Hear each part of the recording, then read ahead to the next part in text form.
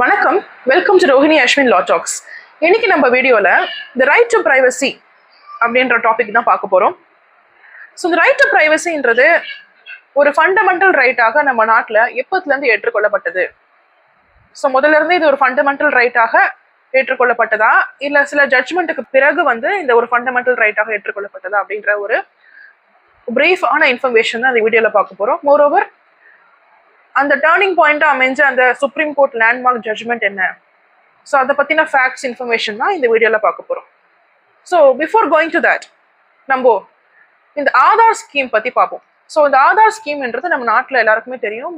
Before 2010 around 2009 இந்த scheme implement பண்ணியிருக்காங்க. So இந்த ஸ்கீம் ஒன்ஸ் இம்ப்ளிமெண்ட் ஆன பிறகு ஒரு நிறைய கான்ட்ரவர்சிலாம் போயிட்டு இருந்தது. இந்த ஸ்கீம் பேங்க் அக்கௌண்ட்டை லிங்க் பண்ண சொல்கிறாங்க, பேன் கார்டை லிங்க் பண்ண சொல்கிறாங்க. ஸோ நம்மளோட பேங்க் டெபாசிட்ல எவ்வளோ அமௌண்ட் இருக்கு, ஸோ நம்மளோட பேங்க் இன்ஃபர்மேஷன் இதெல்லாமே வெளிப்படையாக தெரிய வருது. ஸோ அப்படின்ற மாதிரி ஒரு கான்ட்ரவர்ஷியலான டாபிக்ஸ்லாம் போயிட்டு இருந்தது. ஸோ 2012 பார்த்தீங்கன்னா ஒரு ரெட் பெட்டிஷன் ஃபைல் பண்ணுறாங்க சுப்ரீம் கோர்ட்டில். இது யார் பண்ணுறாங்க அப்படின்னா, former retired Karnataka high court judge mister KS Puttaswamy அவர்கள் தான் இந்த ரெட் பெட்டிஷனை அண்டர் ஆர்டிகல் 32 ஃபைல் பண்ணுறாங்க. என்ன ரெட் பெட்டிஷன்? நம்மளுக்கு எல்லாருக்குமே தெரியும். ரெட் பெட்டிஷன்னா ஒரு நபருடைய ஒரு ஃபண்டமெண்டல் ரைட் வயலேஷன் நடந்திருக்கு ஸ்டேட்னால அப்படின்னா அங்கே ரெட் பெட்டிஷன் ஃபைல் பண்ணலாம். ஸோ இந்த இடத்துல ஃபார்மர் ரிட்டையர்ட் ஜட்ஜ் அவர்கள் ஒரு ரெட் பெட்டிஷன் ஃபைல் பண்ணுறாங்க, challenging the constitutional validity of Aadhaar card. இந்த ஆதார் கார்டு ஸ்கீம் அன்கான்ஸ்டிடியூஷனல், இது கான்ஸ்டிடியூஷனல் வேலிட் கிடையாது அப்படின்னு சொல்லி ஒரு ரெட் பெட்டிஷன் ஃபைல் பண்ணுறாரு. இதனால மக்களுடைய ஒரு ஃபண்டமெண்டல் ரைட் பாதிக்குது. என்ன ஃபண்டமெண்டல் ரைட் பாதிக்குதுன்னா, அந்த ஆர்டிகல் 21 பார்த்தீங்கன்னா நம்ம எல்லாருக்குமே தெரியும். Right to life, personal dignity, liberty, இதெல்லாம் ஆர்டிகல் 21 நம்ம கான்ஸ்டிடியூஷனல் ஆஃப் இந்தியாவில் இது கேரண்டி செய்யப்பட்டிருக்கு. ஸோ அதன் கீழே இவர் என்ன சொல்றாரு அப்படின்னா, இந்த ஆதார் கார்டு ஒரு தனி நபருடைய பர்சனல் டிக்னிட்டி, லிபர்ட்டி அண்ட் பிரைவசியை பாதிக்குது அப்படின்னு சொல்லி ஒரு ரெட் பெட்டிஷன் ஃபைல் பண்றாரு. இதனால இது அன்கான்ஸ்டிடியூஷனல், இது கான்ஸ்டிடியூஷனல் வேலிட் கிடையாது அப்படின்னு சொல்லி நிராகரிக்கப்படணும் அப்படின்னு சொல்லிட்டு ஒரு ரெட் பெட்டிஷன் ஃபைல் பண்றாரு. ஆனா நம்ம கவனிக்க வேண்டிய ஒரு விஷயம் என்னன்னா, நம்ம ஆர்டிகல் 21 ஆஃப் கான்ஸ்டிடியூஷன் ஆஃப் இந்தியால சொல்லப்பட்டிருக்க விஷயம் என்னன்னா, it's right to life and personal liberty அப்படின்றதா சொல்லப்பட்டிருக்கு. ஆல்சோ இன்க்ளூட்ஸ் டிக்னிட்டின்னு வச்சுக்கலாம். ஆனா ரைட் டு பிரைவசின்ற ஒரு விஷயம் ஆர்டிகல் 21ல எந்த ஒரு ப்ரீவியஸ் சுப்ரீம் கோர்ட் ஜட்ஜ்மெண்ட் மூலியமாவும் ரைட் டு பிரைவசி ஒரு ஃபண்டமெண்டல் ரைட் தான் அப்படின்னு இது வரைக்குமே அன்டில் அவர் ஃபைல் பண்ண வரைக்குமே எந்த ஒரு சுப்ரீம் கோர்ட் ஜட்ஜ்மெண்ட்லையுமே அது சொல்லப்படலை. ஆல்சோ ரைட் டு பிரைவசி ஒரு ஃபண்டமெண்டல் ரைட்னு கான்ஸ்டியூஷன்ல அந்த வார்த்தையும் கிடையாது. அப்போ எதன் பேஸ் பண்ணி இதை செக் பண்றது? ஸோ ஃபர்ஸ்ட் ஆஃப் ஆல் இந்த Aadhaar card scheme right to பிரைவசியை பாதிக்குது அப்படின்னு செக் பண்ணணும். அது ஒரு ஃபண்டமெண்டல் ரைட்டா செக் பண்ணணும். ஃபர்ஸ்ட் ரைட் டு பிரைவசி ஒரு ஃபண்டமெண்டல் ரைட்டான்றது செக் பண்ண வேண்டியது ரொம்ப அவசியம் இல்லையா? ஸோ அப்படிதான் அந்த ரைட் டு பிரைவசி ஒரு ஃபண்டமெண்டல் ரைட்டா இல்லையான்றது ஒரு கேள்விக்கு வருது சுப்ரீம் கோர்ட்டுக்கு முன்னாடி. ஸோ அந்த கேஸ் ஃபைல் பண்ணவர் யாருன்னு பார்த்தீங்கன்னா, இந்த former retired high court justice KS Puttaswamy அவர்கள்.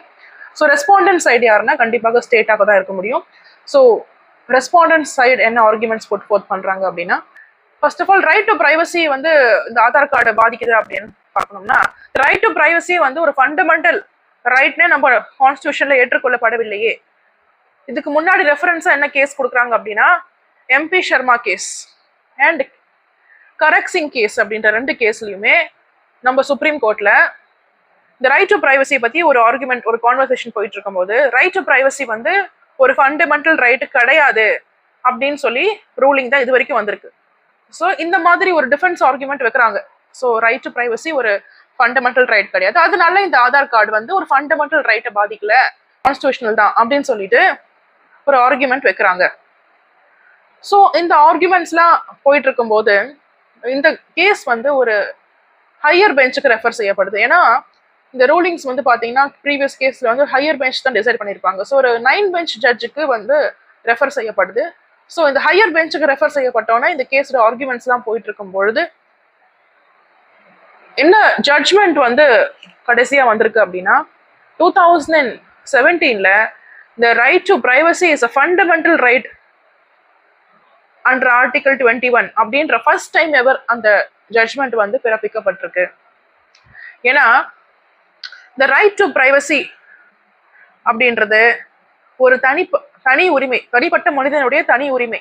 அது வந்து டைரக்டாவே ஆர்டிகிள் 14, 19, 21 அப்படின்ற 3 ஆர்டிகிளையுமே கனெக்ட் செய்யப்பட்டு right to equality and freedom of speech and expression and right to life and personal லிபர்ட்டியை பாதிக்குது. ஸோ ரைட் டு பிரைவசி வந்து ஒரு தனிப்பட்ட உரிமை, தனிப்பட்ட நபருடைய ஒரு செல்ஃப் டிக்னிட்டியை பாதிக்குது அப்படின்னு சொல்லிட்டு ஃபர்ஸ்ட் டைம் எவரா இந்த டிஸ்கஷன்லாம் போயிட்டு இருக்கும் போது ஃபர்ஸ்ட் டைம் எவரா இந்த 2017 ரைட் டு பிரைவசி வந்து ஒரு ஃபண்டமெண்டல் ரைட் தான் அப்படின்னு சொல்லி சுப்ரீம் கோர்ட்ல ஜட்ஜ்மெண்ட் பிறப்பிக்கிறாங்க. மெயினா என்ன ரீசன் சொல்லி இந்த பர்டிகுலர் கேஸை வந்து ரைட் டு பிரைவசி ஒரு ஃபண்டமெண்டல் ரைட் டிசைட் பண்ணியிருக்காங்க அப்படின்னா, the previous cases like MP Sharma and Karak Singh cases வந்து 1954 and 1962 வந்த ஜட்ஜ்மெண்ட்ஸ். அப்போல்லாம் பார்த்தீங்கன்னா ஒரு ரைட் டு பிரைவசின்றது மியர் அனிமல் எக்ஸிஸ்டன்ஸ் அப்படின்றத மாதிரி தான் கன்சிடர் செய்யப்பட்டிருக்கு. ஸோ ரைட் டு பிரைவசின்றது ஒருத்தரோட டிக்னிட்டியை பாதிக்கும் அப்படின்ற மாதிரி ஒரு இன்டர்பிரிட்டேஷன்லாம் அப்போ அந்த டைம் பீரியட்ல வரல. ஆல்சோ இந்த மீன் டைம் இப்போ 2017 வந்த ஜட்ஜ்மெண்ட்டுக்கும் 1962 வந்த ஜட்ஜ்மெண்ட்டுக்கு நடுவில் நிறைய டைம் பீரியட் இருக்கு. ஸோ இதுக்கு நடுவில் இந்த மேனகா காந்தி கேஸ்ன்ற ஒரு கேஸ் நம்ம ஆல்ரெடி பார்த்துருக்கோம். அதில் வந்து இந்த ஆர்டிகல் 14, 19 and 21 கனெக்டிவிட்டியை பார்த்துருக்கோம். ஸோ அங்கே வந்து ரைட் டு செல்ஃப் டிக்னிட்டி வந்து ரொம்ப ஸ்ட்ரெஸ் பண்ணி சொல்லியிருப்பாங்க. So right to self dignity is also guaranteed as a fundamental right அப்படின்ற மாதிரி ஒரு ஆர்குமெண்ட்ஸ் வந்து அவங்க புட் ஃபோர்த் பண்ணியிருப்பாங்க. ஸோ இதெல்லாம் ரெஃபரன்ஸாக வச்சு தான் இந்த 2017 ஜட்ஜ்மெண்ட்ல இந்த ரைட் டு பிரைவசி ஒரு fundamental right under article 21 of the constitution of இந்தியான்றதை டிசைட் பண்ணியிருப்பாங்க. But right to privacy is not an absolute right. அதாவது ஒரு ரைட் டு பிரைவசின்றது ஒருத்தரோட தனி உரிமை. அந்த தனி உரிமை இன்னொருத்தரோட தனி உரிமையை பாதிக்குமே ஆனால் அது வந்து கண்டிப்பாக தண்டிக்கப்பட வேண்டியவை. ஸோ ரைட் டு பிரைவசி வந்து இன்னொருத்தரோட உரிமையை பாதிக்காத வரைக்குமே அது வந்து ஒரு ஃபண்டமெண்டல் ரைட் தான் அண்டர் ஆர்டிகல் 21 அப்படின்னு 2017 வந்த கேஎஸ் புட்டுசுவாமி கேஸ் வந்து சொல்லியிருக்கு. ஸோ 2017 இந்த ரைட் டு பிரைவசியை பத்தின ஜட்ஜ்மெண்ட் வந்திருக்கு. ஆனா இந்த ஆதார் கார்டு வேலிடிட்டி பத்தின வந்த அதே கேஸ்ல வந்து 2018 வந்த ஜட்ஜ்மெண்ட் தான் சொல்லியிருக்கு. ஸோ 2018 என்ன சொல்லியிருக்காங்க அப்படின்னா, ஆதார் கார்டோட மெயின் பர்பஸ் வந்து for doing the welfare to the people of the nation. ஒரு இந்தியாவில் இருக்கிற மக்களுடைய பொதுநலனை கருதி இந்திய மக்களுக்கு பல பொதுநல ஸ்கீம்ஸ் அறிவிக்கிறதுக்காக தான் இந்த ஆதார் கார்டை வந்து மேண்டேட் பண்ணியிருக்காங்க. ஸோ ஆதார் கார்டோட மெயின் கோல் வந்து to bring in welfare schemes to the people அப்படின்ற ஒரு விஷயம் தான் இதோட மெயின் பர்பஸ். ஸோ ஆதார் கார்டோட இந்த பர்பஸை வந்து எந்த வகையிலுமே நம்ம நிராகரிக்க முடியாது.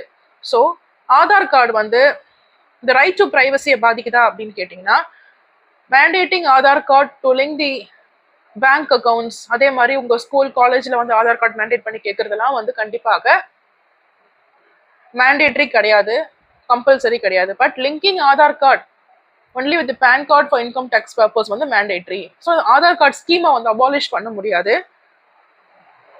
இந்த ஆதார் கார்டோட ஸ்கீம் வந்து மெயினாக வெல்ஃபேர் கொண்டு வரதுக்கு ரொம்ப அவசியம்ன்றதுக்காக ஆதார் கார்டு ஸ்கீம் வந்து கான்ஸ்டியூஷன் தான், இது அன்கான்ஸ்டியூஷனல் கிடையாது அப்படின்ற மாதிரி ஒரு ஜட்ஜ்மெண்ட் தான் நம்மளுக்கு 2018 வந்திருக்கு.